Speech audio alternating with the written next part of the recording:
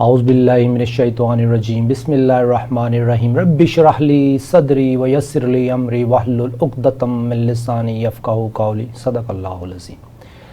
السلام علیکم ناظرین، میں شہزادہ شوکت پروگرام صنعت و معیشت میں آپ کے ساتھ۔ ہمارا مشن ایک ہے کہ ہم نے اپنی صنعت کو ترقی دینی ہے، ہمارا مشن ایک ہے کہ ہم نے اپنی معیشت کو ترقی دینی ہے۔ ہماری معیشت بھی 1960 سے لے کے آج تک کمزور سے کمزور تر ہو رہی ہے اور ہماری صنعت ویسے ہی بیٹھی ہوئی ہے۔ ہم نے ہمیشہ کوشش کی کہ اپنے ساتھ کچھ ایسے دوستوں کے ساتھ بیٹھیں، ملاقات کریں کہ ہم یہ دیکھ سکیں کہ ہمیں کون کون سی بیماریاں چپکی ہوئی ہیں ہماری صنعت کو اور معیشت کو۔ اسلام ایک مکمل مذہب ہے، یہ ہمارا یقین ہے۔ اللہ تعالیٰ نے ہم مسلمانوں کو جو قوانین دیے ہیں وہ مکمل ہے، وہ آسان ہے، وہ مشکل نہیں ہے کہ کوئی سمجھ نہ پائے۔ اگر ہم اسلامک اکنامک سسٹم کا نفاذ کر دیں ہم اس ملک پر، تو ہماری صنعت بھی کمزور نہیں رہے گی، ہماری معیشت بھی کمزور نہیں رہے گی۔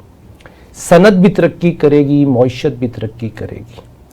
ہم آج کے اس پروگرام میں ہمارا آبجیکٹو یہی ہے کہ ہم اپنی صنعت کو کیسے ترقی دے سکتے ہیں، معیشت کو کیسے ترقی دے سکتے ہیں، اور اسلام اس بارے میں کیا کہتا ہے۔ آج کے ہمارے مہمان ہیں شہباز ابن علی، کوآرڈینیٹر ہیں گیپ فورم کے۔ السلام علیکم ورحمۃ اللہ sir, welcome to our show again. جی سر، ہم آپ کے علم سے استفاضہ ہمیشہ کرنے کی کوشش کرتے ہیں۔ آج دیکھیں، میں ایک عام آدمی ہوں، آپ بھی ایک عام آدمی کے کوآرڈینیٹر، پارٹی کے کوآرڈینیٹر ہیں۔ ایک عام آدمی آج کے حالات میں مسلمان جینا چاہتا ہے، مسلمان مرنا چاہتا ہے۔ مسلمان ہونے کے ناطے قرآن ہمیں یہ کہتا ہے، اسلام ہمیں یہ کہتا ہے کہ صنعت اور معیشت کی ترقی کے لیے آپ باہر نکلو، محنت کرو۔ سر اس کے بارے میں اب ہمیں بتائیں کہ ہم عام آدمی محنت تو کرنا چاہتے ہیں لیکن ہماری پالیسیز ہمیں محنت کرنے نہیں دیتی۔ جی بالکل، ہمیں کیا کرنا چاہیے اس سچویشن میں؟ دیکھیے، سب سے پہلے تو اس کو شعوری طور پر علم کے اعتبار سے سمجھ لینا چاہیے کہ ہم اگر آج زندہ ہیں یا اس دنیا میں آئے ہیں تو اس کی بھی کوئی وجہ ہے۔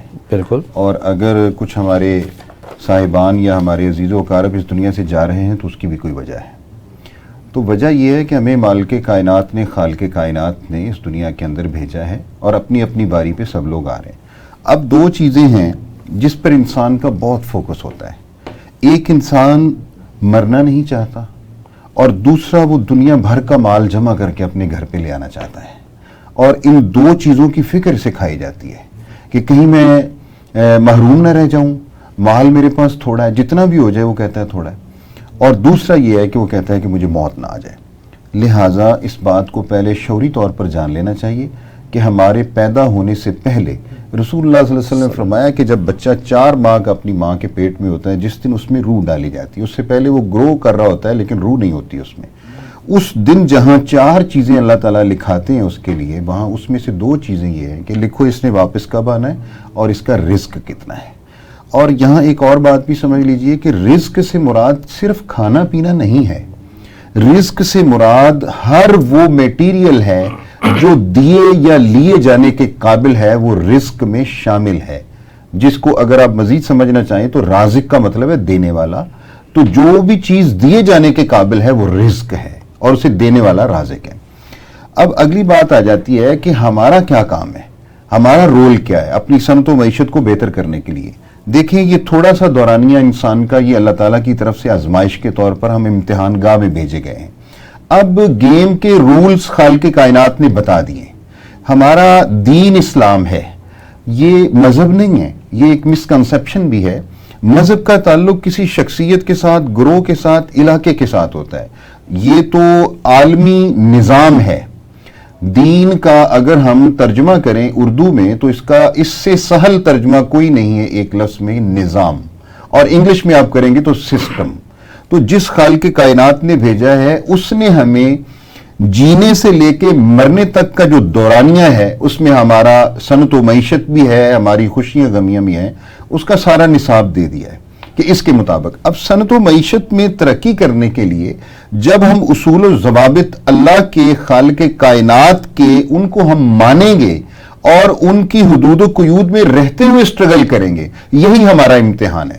رزق کا کسی کے پاس تھوڑا یا زیادہ جمع ہونا، اس میں اس کا اتنا ہی دخل ہے کہ وہ کوشش کرتا ہے جو اللہ نے اس کے مقدر میں لکھا ہے وہ اسے عطا کیا جاتا ہے، جو یہاں نہیں عطا ہوتا وہ اس کا آخرت میں ذخیرہ ہو چکا ہوتا ہے.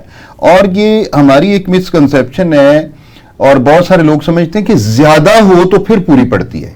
ایسا نہیں ہے. تھوڑا ہو اور جائز ہو، حلال ہو، تو اس میں اللہ تعالیٰ کی طرف سے ایک برکت کا یہ سبب ہوتا ہے. برکت نظر نہیں آتی لوگوں کو. برکت کیا ہوتی ہے؟ اگر آپ جا رہے ہیں روڈ پر، اللہ تعالیٰ نے آپ کو ایک بہت سیریس بڑے ڈینجرس ایکسیڈنٹ سے بچا لیا، تو اللہ نے آپ پر کتنا بڑا احسان کیا، یہ وہ برکت ہے.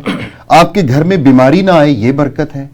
آپ کے بچے جو ہے وہ خود بخود ہی صحت مند ہوں اور اللہ تعالیٰ ان کو راہ راست پر رکھے، یہ برکت ہے.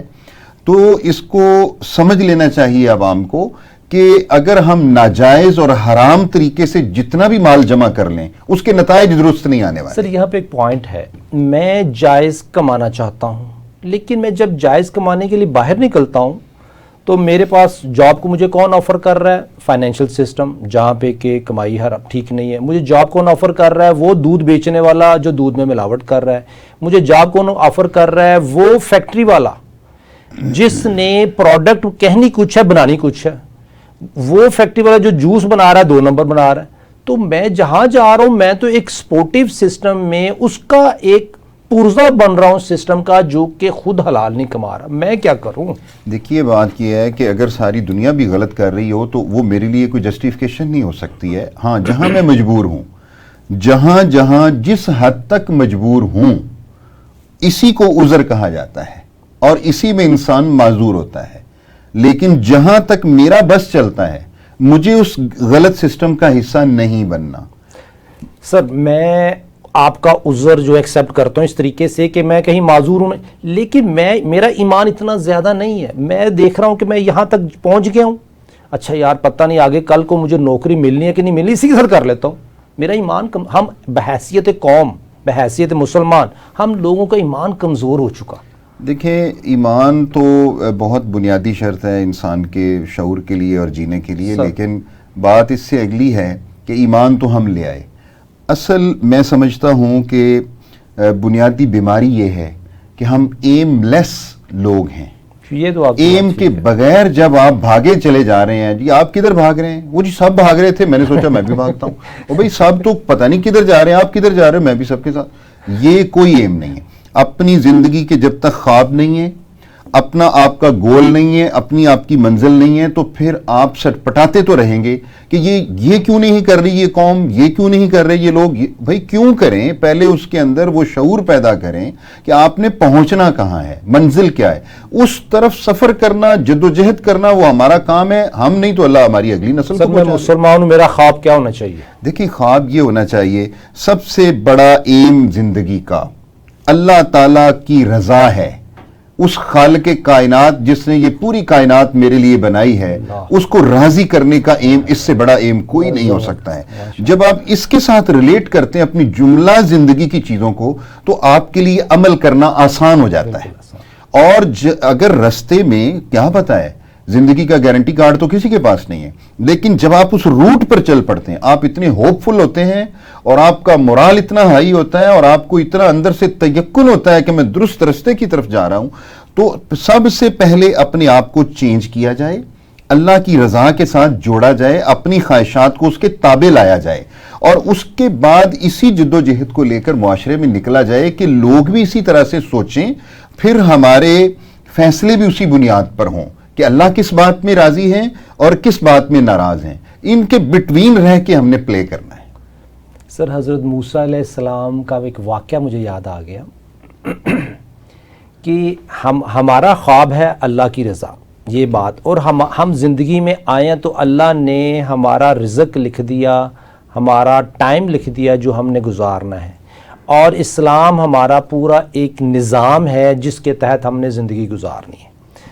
اب حضرت موسیٰ علیہ السلام کے دور میں ایک دوست بیٹھا ہوا ہے، غریب ہو چکا، میرا خیال ہے وہ آپ بہتر شاید سمجھتے ہو کہ جس کا رزق لکھا گیا تھا لمیٹڈ تھا، لیکن اس نے اللہ کے ساتھ ایسی ٹریڈ کی کہ اس کا رزق بہت زیادہ ہو گیا۔ جی بالکل، وہ روایات میں وہ واقعہ مستند روایات میں موجود ہے کہ ایک شخص تھا جو بھوک مر رہا تھا اور اس کے پاس کبھی مفلس تھا، بالکل غریب ایک وقت کا کھانا اس نے کبھی پیٹ بھر کے نہیں کھایا تھا۔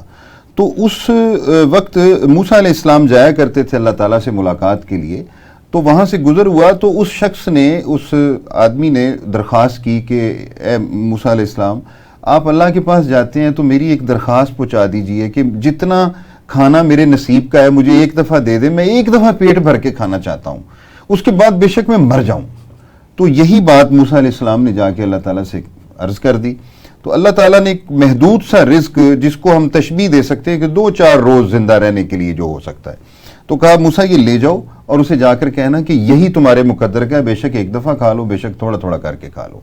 تو خیر واپسی آئے اور وہ دیتے ہوئے آئے اس شخص کو کہ یہی تمہارا رزق ہے، چلو کھا لو جیسے تمہارا دل کرتا ہے۔ تو کئی ہفتے مہینے گزرنے کے بعد موسیٰ علیہ السلام کا جب دوبارہ وہاں سے گزر ہوا تو دیکھا وہاں تو ایک بہت بڑا جم غفیر کھانا کھا رہا ہے اور اس میں وہ شخص بھی اس جم غفیر میں موجود ہے، اور بڑے متعجب ہوئے اور جا کر اللہ تعالیٰ سے سوال کیا کہ یا اللہ، وہ تو رزق اتنا تھا کہ 2-4 روز میں وہ ختم ہو کے اس آدمی کو مر جانا چاہیے تھا، تو یہ کیا ماجرا ہے؟ تو اللہ تعالیٰ نے پھر فرمایا کہ اے موسیٰ، اس کا رزق اتنا ہی تھا، جب آپ نے لے جا کر اسے دیا اس نے آدھا کھا لیا اور آدھا میرے رستے میں صدقہ کر دیا، اس نے مجھے مقروض کر دیا تو میں نے ملٹیپلائی کر کے دینا ہوتا ہے، پھر میں نے اس کو دیا، پھر اس نے اسی عمل کو جاری رکھا، اپنے حصے کا رزق وہ کھا چکا ہے، اب تو یہ صدقے کی بدولت وہ سارا کچھ کھا رہا ہے۔ سر اس کا مطلب یہ ہے کہ شارٹ کٹ بھی ہے کہ اپنی صنعت و معیشت کو ٹھیک کرنے کے لیے اللہ کو مقروض کر دیں۔ یس، دیکھیں جہاں سے آنا ہے، جہاں سے آنا، دیکھیں ہم رزق تلاش کرتے ہیں، ٹھیک ہے اللہ نے ہماری ڈیوٹی لگائی ہے کہ اس زمین پہ ہم محنت کریں، تلاش کریں، ہم محنت کریں، کوشش کریں، پوری جدوجہد، لیکن یہ یاد رکھیے کہ اللہ تعالیٰ نے قرآن مجید میں فرمایا وَفِي السَّمَاءِ رِزْقُكُمْ مَا تُوعَدُونَ، تمہارا رزق آسمانوں میں ہے جو تمہیں دیا جاتا ہے، زمین پہ تو ہم کوشش کرتے ہیں آتا آسمان سے۔ سر اس میں یہ کہ حلال کی کمائی اگر ہم کمائیں آج اور اس کے بعد اللہ کو مقروض کر دیں تو اس کا مطلب یہ ہوا ہے کہ ہماری صنعت و معیشت ترقی کی راہ پر چل پڑے۔ کبھی ہو نہیں سکتا کہ اللہ تعالیٰ ہمیں محروم کریں، بات یہ کہ جب ہم اپنی پالیسیاں ویسی بنائیں گے، اللہ تعالیٰ کے ساتھ بغاوت کے راستوں کو چھوڑیں گے اور حلال کو کی ترویج ہوگی اور اس کو ترجیح دیں گے اور اس کی انکریجمنٹ ہوگی، لیکن آج بدقسمتی کے ساتھ ہم پاکستان میں جی رہے ہیں، ہمارا سسٹم کرپٹ ہو چکا ہے، اور یہ کوئی ایک دن میں نہیں ہوا اور یہ کوئی خود بخود نہیں ہوا، یہ باقاعدہ طور پر جو ہمارے دشمن ہیں انہوں نے ہمارے بیچ میں سے ایسے کمزور لوگوں کا چناؤ کیا ہے جن کو لا کر ان فیصلہ ساز پوزیشنوں پر بٹھا دیا ہے، اور یہ وہ شہرت کے اور دولت کے بھوکے وہ لوگ تھے کہ جنہوں نے اپنی اس خواہش کو پورا کرنے کے لیے اس قوم کا بیڑا غرق کر دیا ہے۔ ایسی پالیسیاں، ایسے معاملات اور خاص طور پر معاشی پالیسیاں جس کے اندر ہم آج زنجیروں میں جکڑے ہوئے نظر آ رہے ہیں کہ آپ اور میں، ہم اس سود کا حصہ نہیں بھی بننا چاہتے لیکن ہم سود کے قرضوں کے واپس دینے کے ذمہ دار ٹھہرائے گئے ہیں، ہماری آگے پیدا ہونے والی نسل بھی اس کی ذمہ دار ٹھہرائی جا چکی ہے، اور یہ سسٹم اس طرح کا بنا دیا گیا ہے۔ وہ بے شک آپ سے وہ سود کی واپسی کی رقم جو کہ ہم نے نہیں لی، وہ بے شک آپ کو بجلی کے بلوں کے ذریعے دی جائے، بے شک آپ کے موبائل فون کا بل جو ہے اس میں ٹیکس کی صورت میں دی جائے، بے شک آپ روزمرہ کا سامان خریدنے جائیں تو جی ایس ٹی کی صورت میں دی جائے۔ تو یہ سارے وہ معاملات ہیں کہ جو کہ ہماری گردنوں کے اوپر تھوپ دیے گئے ہیں، بوجھ لاد دیے گئے ہیں۔ جب تک ہم اللہ کی بغاوت اور ناراضی سے باہر نہیں آئیں گے، ہم تو تمام وہ کام کر رہے ہیں جو کہ تباہی کی طرف لے جانے والے ہیں۔ سر آپ کی بات کو میں ایکسیپٹ کرتا ہوں کہ یہ کام ہمارے اندر سے کمزور لوگوں کو اٹھایا گیا جن کے پاس لیڈرشپ کی سکل نہیں ہے، پالیسیز ساز کیا پالیسی سمجھ نہیں سکتے کہ پالیسی کا مطلب کیا ہے، وہ ہم پہ بٹھائے گئے۔ صدر ایوب کا مجھے واقعہ یاد ہے کہ انہوں نے لینڈ ریفارم ایکٹ لگائے، انہوں نے انڈسٹریٹی پانی 3 دریاؤں کا پانی انڈیا کو دے دیا، وہ کس مقصد کے تحت دیا، اس کا نقصان خمیازہ آج بھی ہم بھگت رہے ہیں۔ وہ جو لینڈ ریفارم 1960 میں لگائے، اگر آپ کو یاد ہو، اس کے تحت جتنے بڑے ذمہ دار تھے انہوں نے گندم لگانی بند کر دی، وہ گندم بند ہوئی تو پھر ہم 27-28 سال تک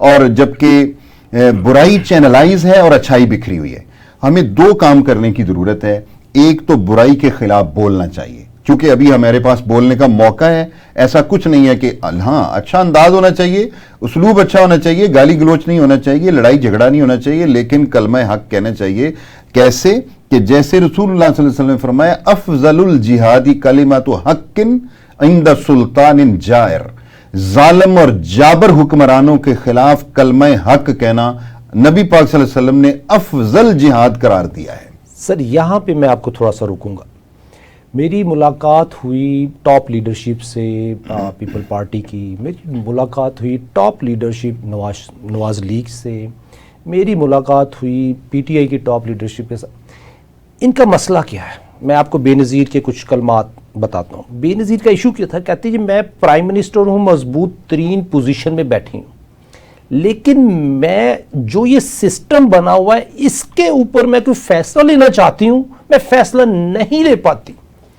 یہی سٹیٹمنٹ نواز شریف کی تھی کہ مجھے سمجھ نہیں آتی کہ میں جو کام کرنا چاہتا ہوں وہ ہو ہی نہیں پاتا. یہی سٹیٹمنٹ عمران خان کی بھی آئی کہ جی یہ میں کام کرنا چاہ رہا تھا, ظلم کے خلاف اٹھنا چاہ رہا ہوں. بات یہ تھی, جو میرا ان کے ساتھ انالیسس تھا کہ آپ آپس میں جو بحث میں پڑے ہوئے ہیں پولیٹیکل لیڈرشپ, حالانکہ مسئلہ کہیں اور ہے, نااہل لیڈرشپ بیٹھی ہوئی ہے تمام سٹیٹ آرگنز میں. اس سچویشن کے بارے میں آپ کیا کہتے ہیں؟ شہزاد صاحب میں آپ سے عرض کروں, اہل اور نااہل ہونا یہ تو بڑا بنیادی ایک میرٹ ہے اور وہ اس کو مد نظر رکھا جانا چاہیے. بات یہ ہے کہ سر ایمان کے توسل سے آپ نے, ہاں اسی توسل سے, کیونکہ بے نظیر بھی مسلمان تھی, نواز شریف بھی مسلمان ہے. اب ان سب کا اگر جمع کر کے تو اس کا نتیجہ نکالا جائے تو پھر وجہ کیا ہے؟ سب نے چاہا کہ ہم درست کریں, کیا کچھ نہیں ہوا, نہیں کچھ صحیح. انہوں نے اپنی بے بسی کا اظہار کیا. جی بالکل ایسے ہی. اب بے بسی کی وجہ کیا ہے؟ اب میں آپ کو اس آیت پر لے کر جاتا ہوں. سر اس آیت سے پہلے بے بسی میں ایک واقعہ سناتا ہوں میں. بے نظیر کے الفاظ یہ تھے کہ میں نے وہ پروجیکٹ جس کو میں کرنا چاہ رہی ہوں, لیکن جو ایک 11ویں اسکیل کا کلرک جس نے فائل انیشیٹ کرنی ہے نا, وہ انیشیٹ کرتے وقت ایسے ریمارکس لکھ دیتا ہے کہ میں پرائم منسٹر ہوتے ہوئے وہ کام کر ہی نہیں پاتی. دیکھیں دو چیزیں ہیں شہزاد صاحب, اب اس کو آپ نے اس آیات کے ساتھ لنک کرنا ہے. دو چیزیں ہیں, ایک ہے اصولی طور پر اور ایک ہے تدبیری طور پر. یہ جو کلرک سسٹم یہ ساری چیزیں ہیں, یہ ہمارا سارا تدبیری ایڈمنسٹریٹو چیزیں ہیں جن کو درست کرنا کوئی مشکل عمل نہیں ہے. بات یہ ہے کہ آپ پرنسپلی پہلے اپنے آپ کو درست پیج کے اوپر لے کے آئیں. اب یہاں میں آپ کو جہاں سے ہماری بات چل رہی تھی کہ ان کی بے بسی کی وجہ کیا ہے؟ ان کی بے بسی کی وجہ یہ ہے کہ جب آپ جائز اور ناجائز کا پیمانہ, حلال اور حرام کا پیمانہ, اچھے اور برے کا معیار جب آپ اپنی عقلوں سے قائم کریں گے نا تو پھر آپ خطا کھائیں گے, آپ کبھی بھی منزل پہ نہیں پہنچ سکتے. اب اس آیت کو ذہن میں رکھیے کہ جب یہ آیت آئی کہ اتخذوا احبارہم ورہبانہم اربابا من دون اللہ, تو وہ جو صحابی مسلمان ہونے سے پہلے عیسائی تھے تو انہوں نے کہا کہ اللہ کے نبی صلی اللہ علیہ وسلم یہ ہمیں آیت سمجھ نہیں آئی. یہ آیت کہتی ہے کہ عیسائیوں نے اپنے رہبان کو, اپنے قائدین کو اپنا رب بنا لیا, تو ہم نے تو رب نہیں بنایا تھا. تو یہ آیت کا مطلب کیا ہوا؟ تو رسول اللہ صلی اللہ علیہ وسلم نے فرمایا یہ بتاؤ کہ کیا جس چیز کو وہ جائز قرار دیتے تھے, حلال کہتے تھے, تم ان کا حلال کا پیمانہ مانتے تھے؟ فرمانے لگے جی. پھر پوچھا کہ کیا جو جس چیز کو وہ حرام کہہ دیتے تھے وہ حرام کہہ دیتے تھے, اللہ نے نہیں کہا ہوا, تو کیا اس کو بھی مانتے تھے؟ جی مانتے تھے. آپ نے فرمایا یہی تو رب ماننا ہے. سب سے پہلے اس بے بسی سے نکلنا چاہتے ہیں تو خالق کائنات کو رب مانیں. اللہ غنی. یہ سسٹم نظام جس کے اندر ہمیں دھکیل دیا گیا ہے یہ رب ہے اس نظام کے اندر, جس کو آج ہم جمہوریت کہتے ہیں, کسی کو اچھا لگے یا برا لگے. یہ اللہ خالق کائنات کے مقابلے میں رب کا درجہ اس کو دیا ہوا ہے. کیوں؟ جس کی دلیل یہ ہے, ابھی زیادہ ٹائم تو نہیں گزرا, کیا دین اسلام اجازت دیتا ہے ٹرانسجینڈر کی؟ نہیں دیتا. کیا اسلام اجازت دیتا ہے لڑکی لڑکی سے شادی کرے؟ نہیں. تو آج ہماری اسمبلیوں نے یہ قانون پاس نہیں کیا ہے کیا؟ تو کیا ہے یہ جائز کیسے قرار دیا گیا؟ یہی تو نظام ہے جس کو ہم نے رب کا درجہ دے دیا ہے. اسی وجہ سے ہم